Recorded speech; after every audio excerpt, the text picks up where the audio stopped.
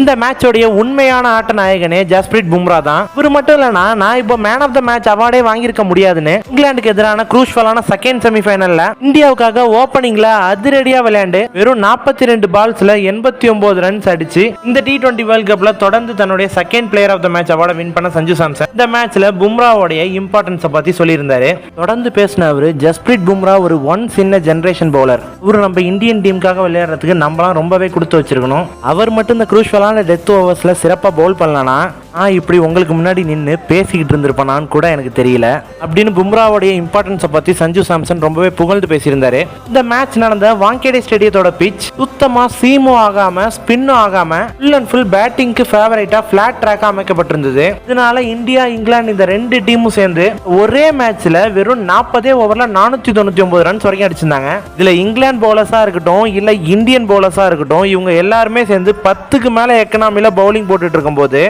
ஒரு பவுலர் பும்ரா மட்டும் அவருடைய ஸ்பெல்ல 10 ரன்களுக்கு கீழே எக்கனாமி ரேட்டை மெயின்டைன் பண்ணிக்கிட்டே இருந்தாரு. ஒரு கட்டத்தில் 14வது ஓவர் முடிவிலேயே 172 ரன்ஸ் அடிச்சிருந்த இங்கிலாந்து டீமை ஒரு பவுல் பண்ண 16வது ஓவர்ல வெறும் 8 ரன்கள் மட்டுமே விட்டு கொடுத்து தொடர்ந்து அவர் பவுல் பண்ண குரூஷியலான 18வது ஓவர்ல வெறும் 6 ரன்களை மட்டுமே விட்டு கொடுத்து உங்களுடைய வெற்றி வாய்ப்பை பறிச்சதுக்கு முக்கிய காரணமே ஜஸ்பிரீத் பும்ரா தான். ஒருவேளை பும்ராவும் மற்ற பவுலர்ஸ் மாதிரியே ஓவருக்கு 10 ரன்களுக்கு மேல கொடுத்து ஹர்திக் பாண்டியாவும் அதுக்கு அடுத்து பவுல் பண்ண 19வது ஓவரை டைட்டா பவுல் பண்ணி சாம் கரன் விக்கெட்டை எடுக்காம குரூஷியல் ஓவர்ஸ்ல ரன்ஸை லீக் பண்ணியிருந்தாங்கன்னா மேட்சோடைய லாஸ்ட் ஓவர்ல 30க்கு மேல ரன் அடிக்கணும்னு ஜேக்கப் பேத்தலும் ஹர்திக் பாண்டியா கிட்ட ரன் அவுட் ஆகி வெளியேறி இருக்கவும் மாட்டாரு.